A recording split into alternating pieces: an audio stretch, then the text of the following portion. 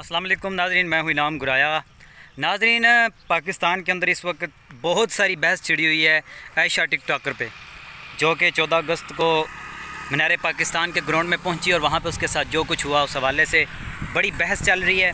और दो किस्म के लोग इस वक्त उस टॉपिक पे बातें कर रहे हैं। एक वो जो आयशा से इजहार हमदर्दी कर रहे हैं और जानबूझ के ये शो करवाना चाह रहे हैं कि पाकिस्तान के अंदर ख़वातीन जो हैं वो महफूज नहीं है, गैर महफूज हैं। और दूसरा वो जो लड़कों की हमायत में बात कर रहे हैं। आयशा ने जो कुछ किया या जो कुछ उसके साथ हुआ लाहौर मीनार पाकिस्तान के ग्राउंड में, वो तकरीबन वीडियो सब दोस्तों ने देख ली होगी।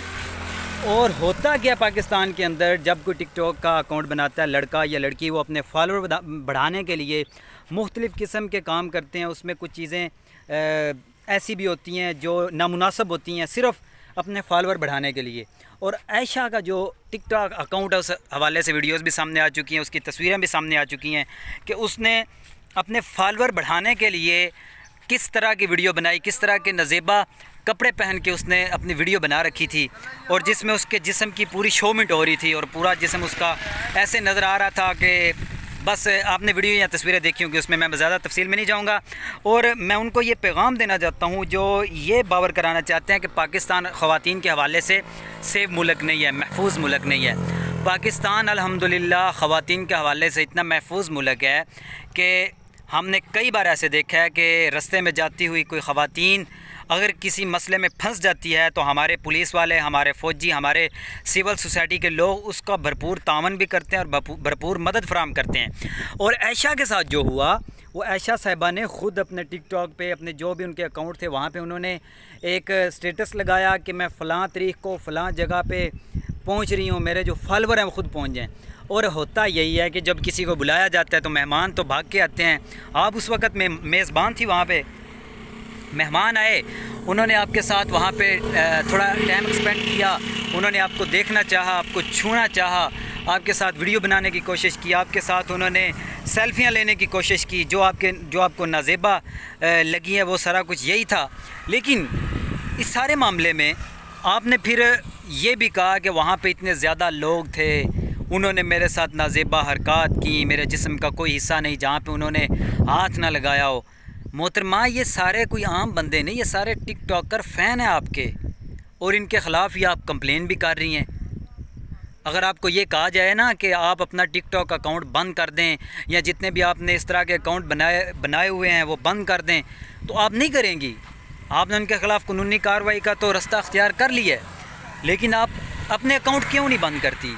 क्योंकि आपने मेहनत की हुई है, उसके ऊपर आपने मेहनत करके कोई ऐसी वीडियोस बना के अपलोड की हैं जिसकी वजह से लोग आपसे मुतासर हो के आपकी तरफ माइल हों।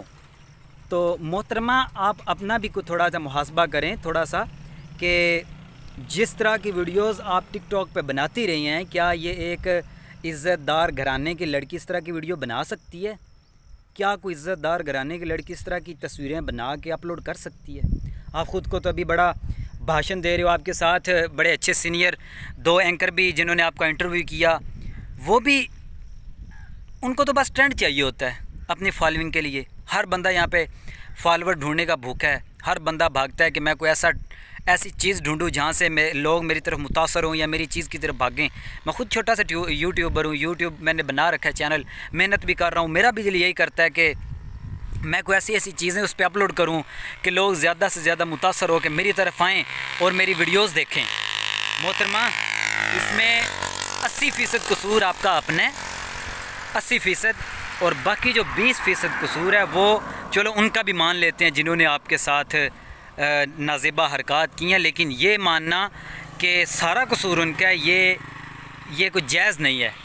मेहरबानी करें, आप ख़ुद को आप टिकटॉकर हैं तो आप टिकटॉक बनाती हैं, इस वजह से आपके ये सारे फॉलोवर वहाँ तक पहुँचे। नहीं तो इनको ख्वाब तो नहीं आया था, कोई बंदा आपके घर तो नहीं गया कि मैडम आएँ चलें हमारे साथ मीनार पाकिस्तान जाना है, या आपने ना कर दी और उन्होंने आपको उठा के गाड़ी में फेंका और ले आए वहाँ पे।